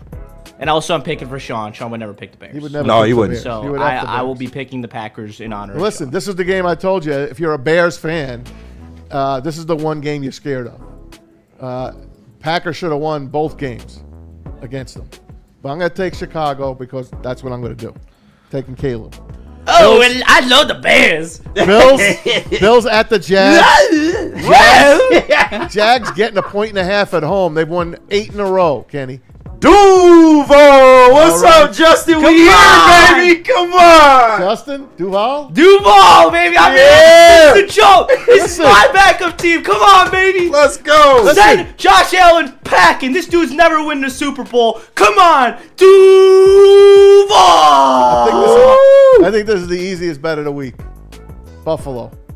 Okay. Buffalo. Boo. What's the spread? 1.5 they're giving. Oh, man. Buffalo Jacksonville. all will day. cover that spread. Jacksonville all day. Niners at the Eagles. Jacksonville all day. That's right, KG. Yeah, they finna run it Eagles up. giving 4.5 to San Francisco. Come on, Kenny. San Fran finna roll them. You're going to roll them. Yes. Okay. Wow. Eagles rested their starters last week. Nobody has still been able to tell me when the last time the Eagles played offense this year. That's true. What did you say the line was? 4.5. 4.5. No, 4.5. Yeah. Favoring the Eagles? Yes, they're home. Oh, God. Yeah, like, come on, I bro. love that number. That number is screaming covering, but maybe not win. I got the Niners 4.5. Yes, sir. I'll take San Fran, too, and Brock Numbers Purdy. on the board. Chargers at the Patriots. It's the Sunday night game. Pats laying 3.5 to the Chargers, who sat everybody last week. Kenny. What's the line? 3.5. New England. Yeah, that's tough. Give me New England, man. Justin. That's tough. 3 points. Oh, dude, That's give me New England. I don't like it, Okay. but I cannot trust the Chargers with that damn offensive line. Absolutely. They have Listen. let up the most sacks by like 15 plus out of these teams in the playoffs. I just could not trust them to win a playoff game. Give me Chargers on the money line. Patriots. Whoa. Wow. They beat teams this year with a percentage of 367. 367. It's the lowest So you're percentage saying of it's scheduled. Fugazi, it's Give me pixie dust. Jim Harbaugh. He rested his guys. He wins this game. And the Monday nighter, Texans at the Steelers. Steelers +3. They haven't lost on Monday Night Football in 33 years. That's crazy. Yeah, that's fine. Aaron Rodgers will cost his team a playoff game. Give me the Texans, baby. Justin. Me and KG are on the boat together. Yeah. Baby. Give me the Texans. This is my sleeper Super Bowl pick. Yep. That defense is no damn joke, and they're going to come to play against Pittsburgh. Aaron Rodgers is going to be running for his life with his hobbly-ass leg. Give me the Texans, C.J. Stroud, Will Anderson, and Darnell Hunter, and Nico Collins, Stingley. baby. Come on. Bro, they finna do They've something won crazy. 9 in a row, guys, the Texans. They are going to be tough to beat. Give me the Steelers. You are out your mind. Give me the Steelers. Aaron Rodgers finna be looking like Brett Favre in the NFC title game when Bounty You Gate guys happened. will be apologizing on Monday. Okay. Actually, on Tuesday because they play Monday. You want to put a friendly wager on that one? We will. We'll talk Monday. All right. Talk Monday. All right. All right. We went overtime today. We did. Because we always start a little bit behind. So we give you a little overtime. More than a little bit. Hey, for KG, for Justin. We love y'all. For JB, for Sean. Have a great weekend, Sean. Everybody, I'm Maz. I appreciate you guys. Have a wonderful weekend. Enjoy the football. Go Hoosiers. Go Ducks. Detroit has the best sports fans in the world. That's why they deserve the best sports coverage in the world. We are the Woodward Sports Network.